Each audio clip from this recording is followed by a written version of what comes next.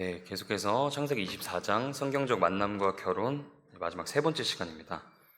저는 지난 두 차례에 걸쳐서 창세기 24장 말씀을 성경적 만남과 결혼이라는 주제로 구절별로 살펴보는 그런 강해 설교 식으로 진행해서 지난 시간 60절까지 마무리했고요. 오늘은 61절부터 67절 마지막 절까지 보겠습니다. 61절 제가 읽겠습니다. 리브가와 그녀의 소녀들이 일어나 낙타들을 타고 그 사람을 따라 나서니 그 종이 리브가를 데리고 자기 길로 가니라. 리브가의 어머니와 오라비의 축복을 받은 후에 바로 리브가와 그녀를 섬기는 소녀들이 즉시로 아브라함의 종 엘리에셀을 따라 나서는 장면입니다.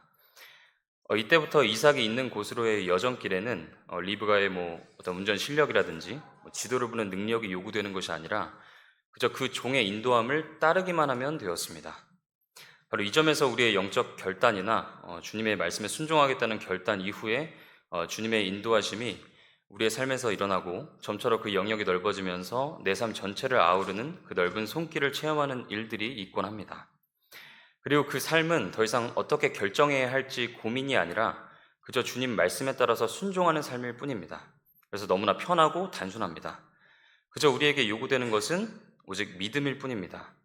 이 아브라함의 종 엘리에셀이 갑자기 나를 어떤 구렁텅이에 빠뜨리진 않을까, 아니면 어떤 이방 상인들에게 팔아 넘기진 않을까 하는 그런 어처구니 없는, 하지만 그럼에도 가장 그럴싸한 염려와 두려움에도 오직 주님을 신뢰하고 주님께 나의 신뢰를 드림으로써 이 여정길을 나아가야 할 것입니다. 바로 그러한 결단 이후에 굳건히 믿음을 유지하는 것이 우리의 신앙 여정길에 가장 필요하다는 것을 보여줍니다. 62절에 이어서 63절에 드디어 이삭이 등장합니다. 이삭이 저물 때에 나가 들에서 묵상하다가 눈을 들어 바라보니 보라, 낙타들이 오고 있더라. 드디어 처음으로 첫 등장으로 이제 이삭이 등장했는데 범상치가 않습니다. 들에 나가 묵상하는 모습으로 발견됩니다. 바로 이 점에서 우리는 많은 찔림과 도전을 받게 됩니다. 과연 우리는 주님께 어떠한 모습으로 순간순간 발견되는가? 이 주님뿐만 아니라 같은 형제 자매에게, 부모님에게, 내 아내나 남편, 내 자녀들에게 어떠한 모습으로 주로 발견되는지를 돌아보면 좋겠습니다. 믿음의 사람 이삭은 주님을 묵상하는 가운데서 발견되었습니다. 이어서 64절과 65절 읽어보도록 하겠습니다. 리브가 눈을 들어 이삭을 보고는 낙타에서 내렸으니 이는 그녀가 그 종에게 이르기를 들에서 우리를 만나러 걸어오는 이 사람은 누구니까 하매 그 종이 이르기를 내 주인이니이다 하였기 때문이더라. 그러므로 그녀가 베일을 취해 자기를 가리니라. 여기서도 흥미로운 부분이 등장합니다. 바로 리브가가 이삭을 보자 자기 얼굴을 베일로 취해 가렸다는 점인데요.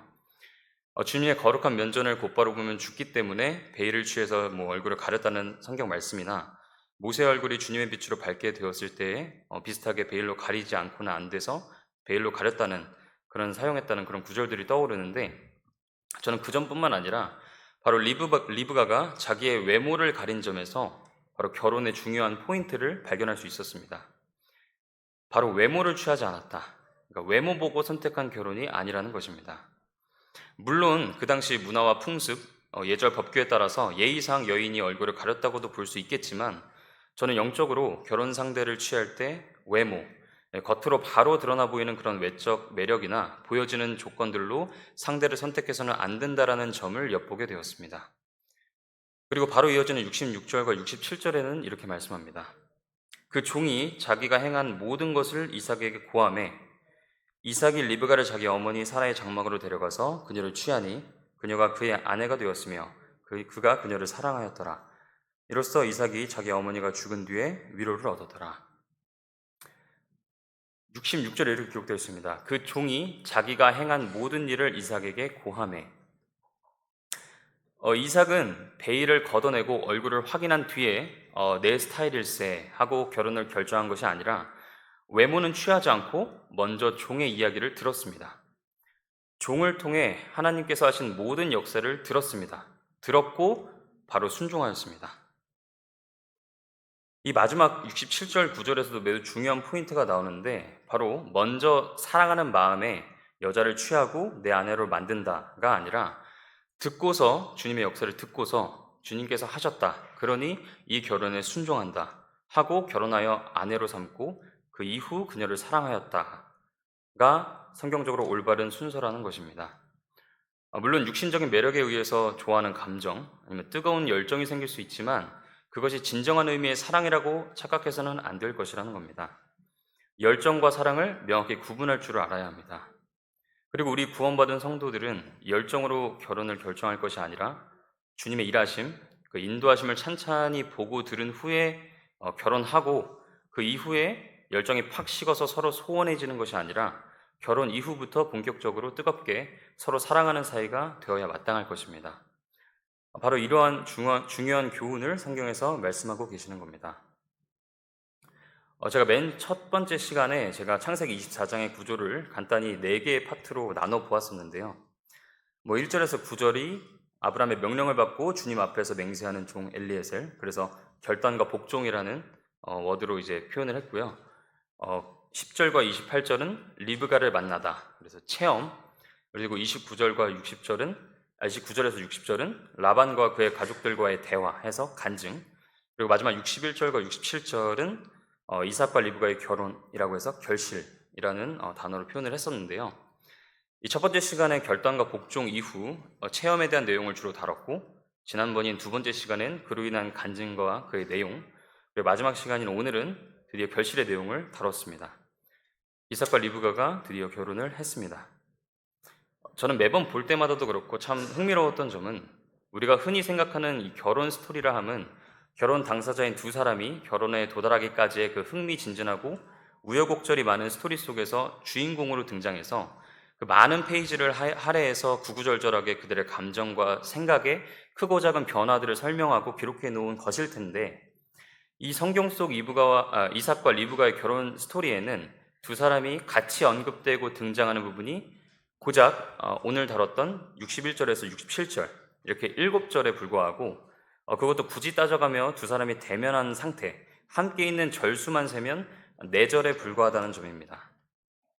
한 장에 무려 67절이나 있는 창세기 24장에서 결혼 당사자들이 만난 부분은 겨우 4절인 점은 흥미로운 점인 것과 동시에 성령 하나님의 보이지 않은 부지런한 일하심에 대한 감사와 감탄이 절로 나오는 포인트가 되었습니다. 이는 다시 말하면 어떤 한 성도의 결혼은 그 주관자가 주님이시며 결혼하기까지의 그 과정에서 맨 처음부터 마지막 순간까지 멈추지 않고 일하시면서 그 어떤 귀한 배우자를 대면하고 깊이 사귐을 갖게 되기까지 앞선 오랜 기간 동안 주님의 준비와 사역하심이 있었다는 뜻이기 때문입니다. 내가 만난 이 사람, 내가 지금 손잡을 수 있는 내 옆에 이 사람은 그저 내 매력으로, 내 재력과 능력으로 취한 게 아니라 나보다 앞서 많은 일을 하신 주님의 사역 덕분이라는 것입니다. 이 사실을 알게 되고 나서 이 점을 묵상하니까 자연스럽게 저의 결혼 과정에 대해서 돌아보며 다시금 주님의 놀라운 손길을 느낄 수 있었습니다. 그리고 결코 이 세상 기준으로는 귀하다, 참 좋은 자매다, 평판 있는 그런 주님의 자녀와 결혼할 능력도 조건도 없는 제가 그 결혼한 과정 또한 지금까지 살펴본 창세기 24장의 구조와 흡사하다는 점이 많다는 것도 참 신기하고 놀라웠습니다. 돌아보니 저 또한 그 1절에서 9절의 그 맹세와 순종의 시간, 그리고 10절에서 28절의 그 체험, 29절과 60절의 간증과 마지막 61절과 67절의 그 결실의 순간들이 있었기 때문입니다. 크리스천이 결혼하려면 무조건 이 포맷을 따라야 하느냐, 아니면 저 포맷을 알기도 전에 이미 결혼했는데 우린 저런 과정 없었는데 이런 질문들이 나올 수도 있습니다. 물론 모두가 이삭과 리브가 이 결혼 과정처럼 무조건 이 포맷대로 해야 크리스천인 것이다, 성도라면 무릇 저 순서를 따라야 한다는 이런 법은 없습니다만, 안정적이고 화목한 가정, 마귀가 틈타 크게 뒤흔들 그 틈을 적게 만들고 함께 그 틈이 있더라도 그 틈을 메꿔나갈 수 있는 의지가 있는 가정이 세워지는 데 가장 이상적인 결혼 과정이기 때문에 우리는 이 성경을 배우고 삶에 적용하는 것이 필요한 것입니다. 결혼 전부터 이 스텝을 밟는다면 결혼 이후에 닥치는 여러 가지 영적, 육적 고난과 시험에도 그 부부가 합심해서 헤쳐나가서 더욱 단단한 가정이 되는 것이고, 이 단계 없는 결혼을 한 부부라면 앞선 케이스보다는 무척이나 더 아프고 힘들고 어려운 실전 결혼 생활을 직면하게 될 것입니다.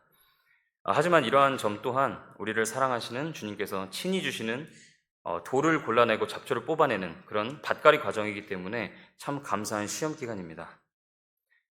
다시 정리해서 말하면 이삭과 리브가의 결혼 스토리에 나오는 이 네 가지 단계에 걸친 과정을 미리 겪고 결혼했다면 비교적 순탄하고 영적으로 순탄하고 그 행복감의 원천이 주님이시기 때문에 화목하겠지만 육신의 눈으로 선택하고 세상의 기준이 더 많이 적용되어서 만나 이루어진 결혼이라면 두 사람 모두 육신적인 성도로 머무르든 그렇지 않든 상당한 밭갈이가 결혼 이후 실제 결혼 생활 중에 진행될 것입니다.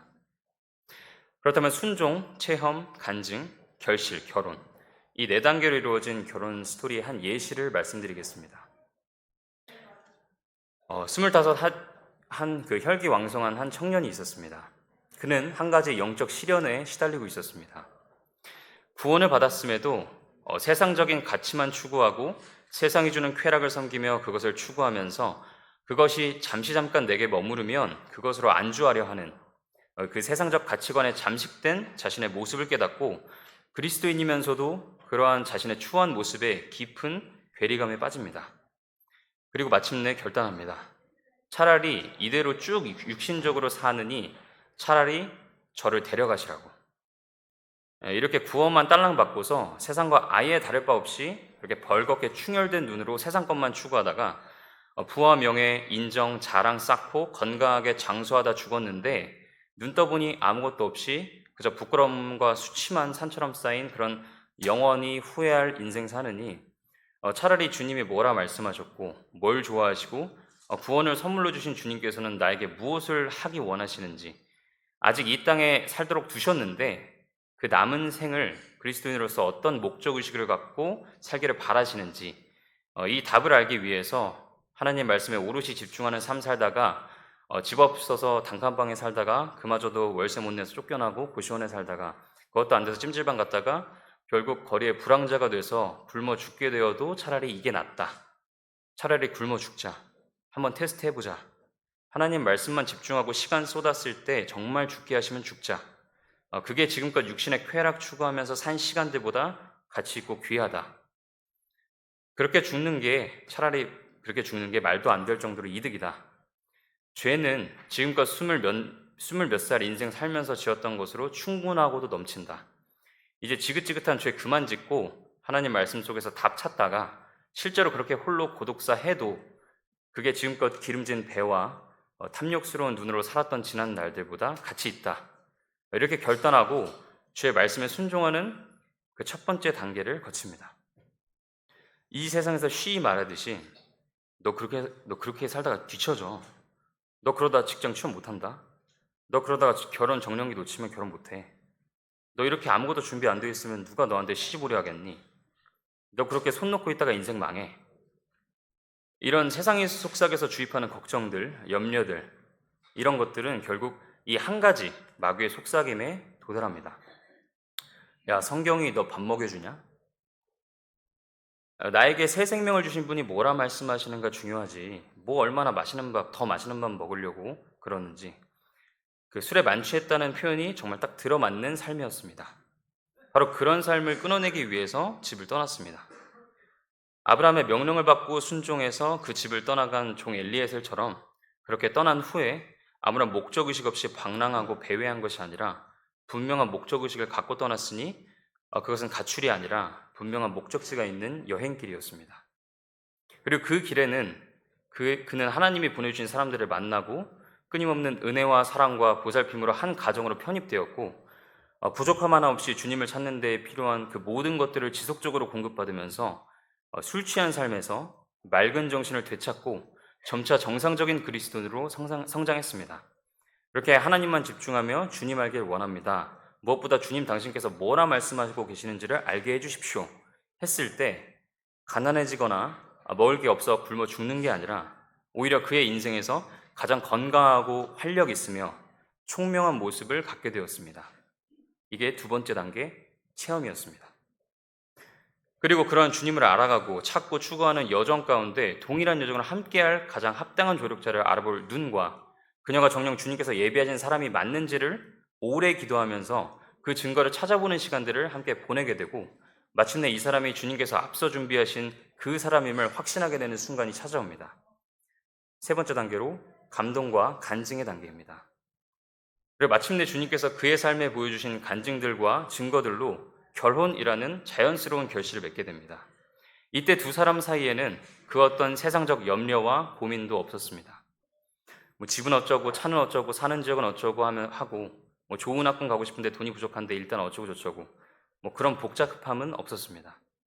그저 맨 처음 단계를 결단으로 통과해서 주님만 바라보며 주님이 뭐라 말씀하시는지 남은 삶을 어떻게 살라고 하시는지에 오롯이 집중하려 발버둥 치는 그 두 사람이 한 몸이 돼서 한 사람처럼 그 삶을 살아갈 뿐이었습니다.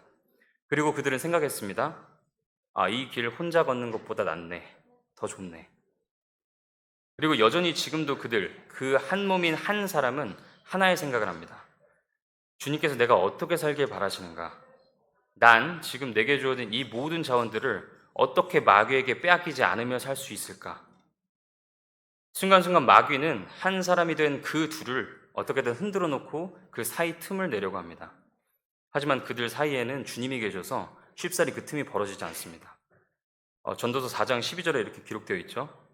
어떤 사람이 그를 쳐서 이기면 두 사람이 그 사람과 맞서리니 세 겹줄은 빨리 끊어지지 아니하느니라. 그렇게 성경적 결혼관에 입각해서 결혼한 이 부부는 현재 베다니 침례교회에서 행복한 결혼 생활을 영위하고 있습니다. 결혼이란 이렇듯 주님만 바라보자 결단하여서 주님 보시기에 정결하게 준비된 한 미혼 남자가 동일하게 미혼 상태로 주님을 바라보며 정결하게 자신을 보호하고 영의 장식으로 아름답게 장식하고 단장한 채 준비된 그 여자를 만나서 한 몸 이루는 것을 말합니다. 그렇게 한 몸이 되어 하나의 새 사람으로서 그 전과 동일하게 어쩌면 그 전보다 더 완전하게 주님 자신을 섬기라고 제정하신 제도가 결혼입니다. 세상에서 학습된 행복관을 가진 한 남자와 동일하게 세상적인 행복 기준으로 가득 찬 한 여자가 만나 저 사람이랑 결혼하면 내가 갖고 있는 이 가치관과 이 세상적 행복을 추구하고 꽃피울 수 있겠다 하고 생각하면 시도하는 결혼은 불신자들이라면 몰라도 성도들이라면 100% 실패합니다. 어쩌다 보니 이 세 번의 분량으로 이제 길어졌지만 사실 이 주제로 이 시간을 준비했던 건 바로 우리 청년들을 위한 마음에서였습니다. 이미 주님 안에서 복된 결혼 생활을 하고 계시고 이렇게 하고 계시는 그 선배, 형제, 자매님들이 듣기엔 수준이 조금 낮거나 아니면 이미 다 알고 있는 내용이라서 특별할 게 없을지도 모르겠습니다. 하지만 청년의 때에 요즘에 결혼 정년기보다 이른 시기 그런 성경적인 결혼을 하게 된 저에게 청년 모임 때에 이 주제가 나오자 궁금해하는 질문들을 몇 가지 받게 돼서 깊은 고민이 되었습니다. 그 짧은 모임 시간, 많은 사람이 모여 있어서 발언에 한계가 있어서 구체적으로 그리고 그 본질적인 핵심을 전달하기가 불가능했고 그래서 결국 크리스천의 결혼의 본질적인 부분을 조금이나마 저의 경우를 통해서 소개하고 싶었습니다. 그때에도 이런 이야기를 들었던 기억이 납니다. 형제님 같은 경우는 너무 이상적이고요. 하지만 그때 너무도 말해주고 싶었습니다. 이상적인 게 아니라 그래야만 한다고. 반드시 한 남자가 신부감을 찾아서 레이더망을 돌릴 게 아니라 불꽃 같은 눈동자로 나를 바라보고 계시는 주님께 먼저 나 자신을 던져야 한다고. 그게 첫 단추라고. 사역 준비할 사람이라서? 아닙니다.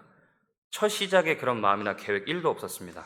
그리고 그 마음은 지금도 똑같습니다. 공적인 말씀 사역을 하든 안 하든 그것은 전혀 관계없습니다. 그냥 주님께 새 생명 얻은 구원받은 남자라면 결혼 준비와 시기와 관계없이 가장 먼저 주님과 연결되는 것이 최우선인 것입니다. 제가 결혼하게 된 가장 큰 이유는 결혼하지 않겠다는 선언을 했기 때문입니다. 무슨 말이냐? 주님을 먼저 알고 신부인 교회가 신랑이신 주 예수 그리스도와 결혼하듯이 주님과 먼저 진정한 의미로 결혼을 해야 육신적인 결혼도 주님 보시기에 기쁘고 성공적인 결혼을 할 수 있다는 것입니다. 좋은 결혼 상대, 좋아 보이는 사람을 먼저 찾을 게 아니라 내가 먼저 하나님께 좋은 사람이 되어야 한다는 의미였습니다. 내가 먼저 하나님께 호의를 입지 못하면 사람에게도 호의를 입지 못한다라는 것을 전달해주고 싶었습니다. 이 시간 마무리하면서 각자 기도하심으로 오전 예배 준비하도록 하겠습니다.